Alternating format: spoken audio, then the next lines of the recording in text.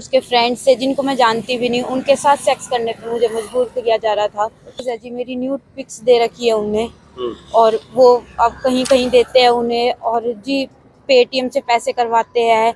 बहुत बुरी तरह से मुझे मार्क कर रखे हैं, मेरी बॉडी पे मार्क भी कर रखे हैं जी उनने, कि अगर स्माइल करते हुए शूट करा, ये करा, ऐसे कर वैसे कर, बहुत बहुत बुरी तरह से जी मुझे उनने टॉर्चर दे रखा है। उनके पास मेरी एमएमएस बना चुके थे जी वो मेरे पहले से, कि ये वायरल कर दूंगा इंटरनेट पे। अच्छा, इंटरनेट पे वायरल कर दूंगा। वायरल ने लिया था कि ये मेरे साथ गलत काम करता है। उन लोगों ने रात को 8 बजे हमारे घर पे हमला कर दिया। हमारा घर अंदर से बंद था, कुंडियां लगा रखी थी, हमने गेट तोड़ तोड़ के अंदर आए। तो की बात तो बता कर इन्हें, तुम आ जाओ नहीं तो मैं मर जाऊंगी।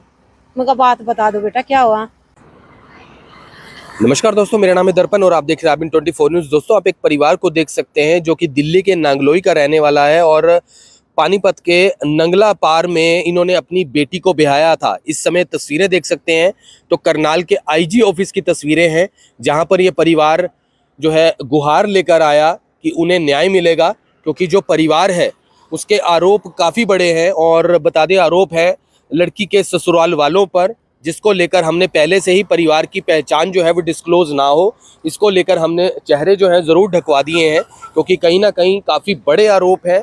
और आरोप आपको बता दें तो तस्वीरों में आप महिला देख पा रहे हैं जिनकी कुछ वर्ष पहले शादी हुई थी। बता दें तो 2 बच्चे भी हैं इनके, लेकिन यहाँ पर पति पर आरोप तो काफ़ी संगीन लगाए गए हैं। उसके साथ साथ जो ससुराल वाले हैं उन पर भी काफ़ी संगीन आरोप लगाते हुए इन्होंने बताया कि जो इनका पति है इनके साथ काफ़ी ज़ोर ज़बरदस्ती तो करता ही था, साथ साथ ज़ोर ज़बरदस्ती करवाता भी था, कहीं ना कहीं कुछ लोगों से गलत वीडियोस बनवाता था। और उसके बाद जाकर जो है इनके साथ क्या कुछ हुआ, एक बार इनसे बात करने का प्रयास करते हैं। सबसे पहले हम नाम जो है इनका डिस्क्लोज नहीं करेंगे, हम सीधी बात करेंगे। फिलहाल आपकी शादी का पानीपत के कहाँ हुई थी? नंगला पार में जी। तो ये क्या हुआ, ये आप मतलब कि शादी कितने साल पहले हुई थी? मेरी 2017 में हुई थी शादी। तो क्या बोलते हैं आपका पति ने, क्या मतलब ये आप लेकर आए हैं गुहार, यहाँ पे क्या कुछ किया उसने? आप बता रहे हैं काफी संगीन आरोप आपने लगाए हैं इसमें कि काफी गलत वीडियोस बनवाई, क्या कुछ हुआ और कब से शुरू हुआ ये? जी ये 1 साल पहले की बात है। तो मेरे पति थे वो हर तरीके से जी मुझे टॉर्चर दे रहे थे। कई उसके फ्रेंड्स से जिनको मैं जानती भी नहीं, उनके साथ सेक्स करने पे मुझे मजबूर किया जा रहा था। अच्छा। और जी जैसे कि मेरे जेठ है, देवर है, उनके साथ मुझे उनसे पैसे लेते थे और मुझे मजबूर करते थे सेक्स करने के लिए। वीडियो एमएमएस बना रखे थे जी मेरे उनने। अच्छा। उनके पास जी एक नहीं 4 फ़ोन है। उनसे मुझे ब्लैकमेल किया जा रहा है कि अगर तू मेरे साथ नहीं करेगी तो ये वायरल कर दूंगा वीडियो, ये वायरल कर दूंगा। एक फोटोज है जी मेरी न्यूड पिक्स दे रखी है उनने, और वो अब कहीं कहीं देते हैं उन्हें, और जी पेटीएम से पैसे करवाते हैं। बहुत बुरी तरह से मुझे मार्क कर रखे हैं, मेरी बॉडी पे मार्क भी कर रखे हैं जी उनने, कि अगर स्माइल करते हुए शूट करा, ये करा, ऐसे कर वैसे कर, बहुत बहुत बुरी तरह से जी मुझे उनने टॉर्चर दे रखा है। तो यहाँ पर आपको बता दें तो इनका आरोप साफ तौर पर आपने सुना और बताया कि इनसे जोर जबरदस्ती होती थी, और इनके साथ बता दें तो काफ़ी संगीन धाराएं, यहाँ पर अगर मैं आपको धाराओं की बात करूं तो मामला दर्ज हुआ है जिसमें 148, जो कि बता दें कुछ धाराएं तो मारपीट की हैं, जो परिवार के साथ भी मारपीट हुई है। और इसके साथ साथ 323, 354, 354A, 376 आप देख लीजिए, 376 भी यहाँ पर जो धारा है वो दर्ज की गई है। 427, 498A, काफ़ी संगीन धाराएं हैं दोस्तों, आप देख सकते हैं। और यहाँ पर बता दें तो इनकी नानी इनके साथ में है, इनके भाई इनके साथ में है, उनसे भी हम बात करेंगे। तो ये शादी को आपने बताया कितने वर्ष हो गए थे शादी को? जी मेरी शादी को 6 साल हो गए, जिस 2017 में हुई तो ये थी। कब से ये सब चल रहा है? 1 साल हो गया जी 1 साल से। उससे पहले सब ठीक था? जी उसके पहले सब कुछ ठीक था। ठीक है, तो उसके बाद से मतलब ये जब शुरू हुआ तो अपने परिवार को बताया आपने? जी परिवार को बताया नहीं जी परिवार को, क्योंकि वो ब्लैकमेल इस तरीके से करते थे। उनके पास मेरी एमएमएस बना चुके थे जी वो मेरे पहले से, कि ये वायरल कर दूंगा इंटरनेट पे। अच्छा, इंटरनेट पे वायरल कर दूंगा? वायरल कर दूंगा। मुझे दिखा के करते थे खुद की स्माइल कर और ये चीज। और एक अगर मैं उससे बोलती थी कि प्लीज रहने दे, मत कर, मैं आपकी वाइफ हूँ, मैं बच्चों की माँ हूँ, ऐसे करती थी, तो कहता था कोई नहीं, मुझे पैसे चाहिए। तो आपने इस चीज का विरोध नहीं किया? आपने करना चाहा था, पर मैं इतनी नहीं थी कि मैं उस चीज का उससे विरोध कर सकूं। वो हर तरीके से वो मुझे प्रेशराइज कर रहे थे, मैं नहीं कर पा रही। इसमें काफी सारी धाराएं हैं, जो दहेज की धाराएं हैं और साथ साथ इसमें मारपीट का क्या मामला हुआ? परिवार के साथ मारपीट भी हुई है? मारपीट का जी ऐसा था, मेरे साथ काफ़ी टॉर्चर किया जा रहा था जी। एक मेरे दादा ससुर है जी, रामवीर, तो जी उनने बोला कि कोऑपरेट कर तू मेरे साथ, मेरे पास आ कमरे में, मैं समझाता हूँ तेरे पति को, सबको मैं समझाता हूँ। अच्छा। तो जी दादा ससुर है जी, वो हर बार प्रेशराइज करते थे मुझे, कोऑपरेट कर कोऑपरेट कर कोऑपरेट कर जी।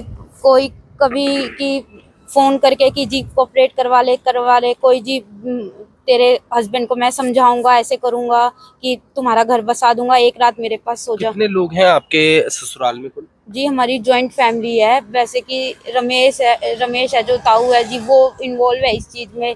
रामवीर है जो दादा ससुर लगते हैं जी, वो इन्वॉल्व है। एक चाचा है जी, उनने तो मेरे साथ बहुत बुरी तरीके से हरकत की है, एक बार नहीं जी कई बार। किसने किया है? क्या नाम है? जी सुमित जी, उनने मेरे साथ, कौन लगता है? जी वो मेरे चाचा लगते हैं अच्छा। जी। उनने मेरे साथ इतने बुरे तरीके से किया है जिसका मैं आपको बता भी नहीं सकती, किस हरकत से उनने मेरे साथ किया है। और पति का क्या नाम है? जी पति का नाम है विक्रम। क्या काम करते हैं? जी मुझे नहीं पता वो क्या काम करते हैं, मुझे उनने कभी इंटरफेयर करवाया ही नहीं वो क्या काम करते हैं। तो पहले सब ठीक चल रहा था परिवारों में? 4 साल तक सब ठीक चल रहा था? जी 4 साल से सब ठीक चल रहा था। सब ठीक चल रहा जी था। तो यहाँ पर देख सकते हैं इनके भाई भी हैं यहाँ पर, उनका भी हम नाम डिस्क्लोज नहीं करेंगे, चेहरा हमने कवर करवा लिया। आप क्या कुछ कहना चाहेंगे? ये सब कुछ आपको कब पता लगा? जी ये मेरे को 25 तारीख को होली वाले दिन पता लगा। मेरी नानी का मेरे पास फ़ोन आया कि ऐसे ऐसे गुड़िया परेशान हो रही है, एक बार उसके घर पे चलना है, कुछ उससे बात करके आनी है। ठीक है। मैंने बोला चलो ठीक है, आज त्योहार का टाइम है, छुट्टी भी है, चल पड़ते हैं, और उसको त्योहार भी दियाएंगे, 30 त्योहार जो होता है नाता भी दियाएंगे उसको। तो हम जी 25 तारीख को रात को 6 बजे इनके घर पर आए। आने के बाद इसने अपनी नानी को सारी बातें बताई। नानी ने उनसे पूछा भाई ऐसे ऐसे क्या है, क्यों करते हो, कैसे? उन्होंने बोला त्योहार है, आज हम अपने घर में कलेश नहीं चाहते हैं, हम इस बारे में बैठ के कल बात करेंगे। ठीक है। तो जैसे ही उन लड़कों को पता लगा जिन का नाम इसने गुड़िया ने लिया था कि ये मेरे साथ गलत काम करता है, उन लोगों ने रात को 8 बजे हमारे घर पे हमला कर दिया। हमारा घर अंदर से बंद था, कुंडिया लगा रखी थी, हमने गेट तोड़ के अंदर आए। सबसे पहले जी जिसको हमने बताया, रामवीर जो एक्स सरपंच है, उसने भी उस गुड़िया को, बिल्कुल हमारे पास सीसीटीवी फुटेज है, इसको मार रहा है बहुत बुरी तरीके से, मेरे को मारने लग रहा है जी। हमारे साथ 7 साल की एक लड़की भी थी, 10 साल की एक लड़की भी थी। कल भी निकलवाई हैं? हाँ फुटेज, ये उसका जो सीसीटीवी फुटेज की जो ओरिजिनल डीवीआर है, वो हम उस दिन अपने साथ ले आए थे कैसे ना कैसे करके।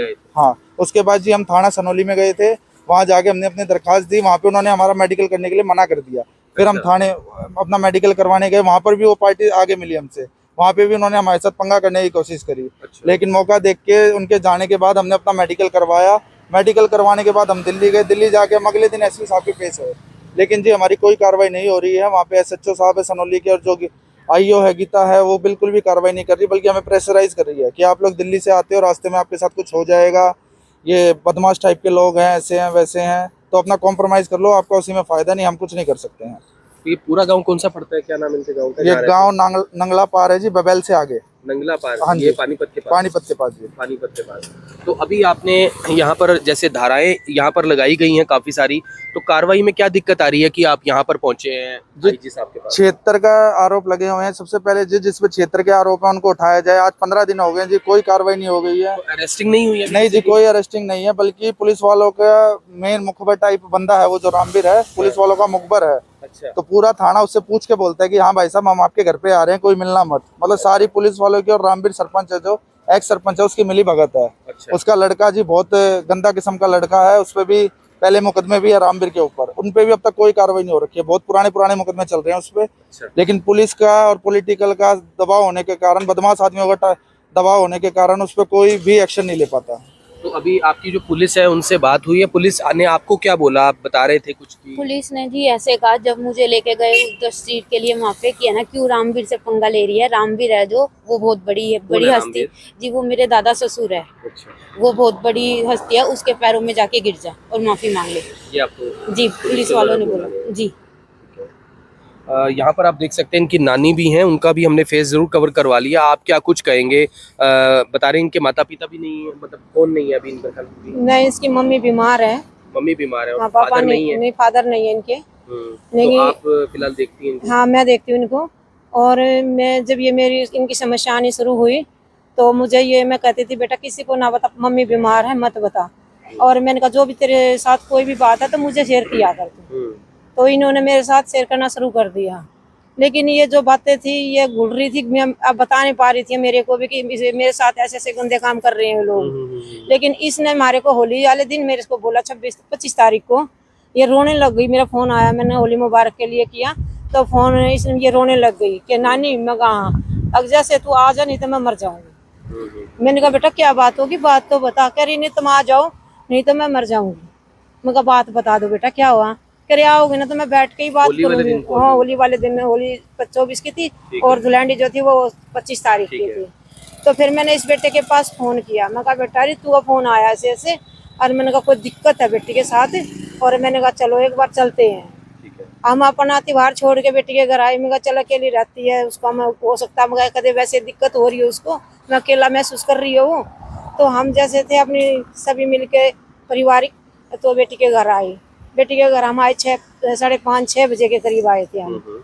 तो मैंने इससे पूछा तो बोली नानी मैं सारी बात बताऊंगी, आज तो तुमने रुकना है, रात को मैं सारी बातें बता दूंगी तुम्हें। मैंने कहा चल ठीक है। थोड़ा बहुत हमने इसका मनोरंजन करवाने की कोशिश करी, उले लगाया, इसको खुश करने की कोशिश करी हमने। फिर इसने हमारे को बताई बात। मैंने कहा चल हम आज रुक रहे हैं, कल हम तेरे ससुराल वालों से बात करके जाएंगे। ठीक है। इतना हमारे को टाइम नहीं दिया, हमारे पे टूट पड़े और लठ उसी दिन के रात मारे पीटा, डंडे, लोहे के पाइप। चोट आई थी उस समय? 7 जनों को चोट आई थी हमारे। किस लोगों को आई थी परिवार में? हाँ, इसकी मम्मी थी राजेश, और किताबो इनकी की जो नानी है वो थी, मैं सुशीला, और एक मेरी दुरानी है सुनीता, और एक शारदा जो हमारी बेटी बनी हुई है वहीं पे, और ललित। तो आपको बता दें तो यहाँ पर जो कंप्लेंट लिखी हुई है एक बार वो भी आपको दिखा देते हैं। यहाँ पर बता दें तो एक एक पन्ने के ऊपर इन्होंने अपनी पूरी कहानी इसमें लिखी हुई है कि क्या कुछ इनके साथ हुआ। यहाँ पर तो अभी सारी ये देखिए, ये आप यहाँ पर इन्होंने पूरी कहानी लिखी हुई है कि जो जो इनके साथ बीती है इन 1 साल के अंदर, यहाँ पर वो सारी बातें जो है इन्होंने इस FIR के अंदर लिखी हुई हैं। और अभी फिलहाल यहाँ पर इनका यही कहना है कि इन पर दबाव बनाया जा रहा है। 376 लग गई है, तो अभी आप ये कह रहे हैं कि अभी उनकी गिरफ्तारी नहीं हुई, आप बता रहे हैं 376 हटवाने का प्रयास किया जा रहा है। कौन कर रहा है? बिल्कुल जी, वो जो रामवीर है उसके पॉलिटिकल व्यू के कारण वो DCP के पेश हो रहा है, DSP के पता नहीं कहाँ का पेश हो रहा है, और हमें जी पता लगा है वो 376 हटवाने के चक्रों में है। और जहाँ तक SHO है, SHO ने भी कल हमें फ़ोन करा है स्पेशल इस बात के लिए कि आ जाओ, तुम दोनों को आमने सामने बिठाऊंगा और उनसे तुम्हें माफ़ी मंगवाऊंगा, लड़की का घर बसवाऊंगा। घर बसवाने की तो बात की बात है, पहले जिसने रेप किया पहले उनको तो अंदर डालो। ये लड़की डिप्रेशन में, उसको तो IG साहब से मिलने अपने आए हैं आप, IG है तो उनसे तो क्या उन्होंने आश्वासन दिया? बिल्कुल जी, उन्होंने बोला कार्रवाई होगी, आप SP साहब के पेश हो जाके SP साहब से अपना थाना चेंज करवाओ, जैसे भी होता है अपना SHO चेंज करवाओ, अगर नहीं होता है तो आप मेरे पास दोबारा आ जाइए। तो यहाँ पर आपने देखा पूरा परिवार इस समय तस्वीरों में, जो परिवार है हमने उनके फेस भी कवर करवाए सिर्फ इसलिए क्योंकि उनकी पहचान जो है वो गुप्त रहनी चाहिए, क्योंकि काफ़ी बड़ा मामला है और ऐसे में कार्रवाई की मांग परिवार यहाँ पर ज़रूर कर रहा है। लेकिन इतना ज़रूर है कि मामला बहुत संगीन है और ऐसे में जो धाराएं दर्ज हुई हैं उनके अनुसार तो कार्रवाई हो जानी चाहिए थी, लेकिन अभी तक वो कार्रवाई क्यों नहीं हुई, लोगों की अरेस्टिंग क्यों नहीं हुई, जैसा कि परिवार ने आरोप लगाया है, ये अभी तक समझ नहीं आ रहा है। लेकिन इसी को लेकर मजबूर होकर परिवार पहुंचा है करनाल के जो IG ऑफिस में, ताकि इनकी कार्रवाई आगे बढ़ सके। फिलहाल हम निवेदन यही करना चाहेंगे आप सभी लोगों से कि कभी भी किसी बेटी के साथ कुछ भी गलत होता है तो वो रुके नहीं, बल्कि अपने जितना समय पहले बताएंगे उतना अच्छा होगा, क्योंकि गया हुआ समय हाथ से जो है निकल जाता है, वापस नहीं आता है। आप सभी से निवेदन, वीडियो को ज़्यादा से ज़्यादा शेयर जरूर करें। फिर से जुड़ेंगे अभी 24 के ऊपर, तब तक के लिए जय।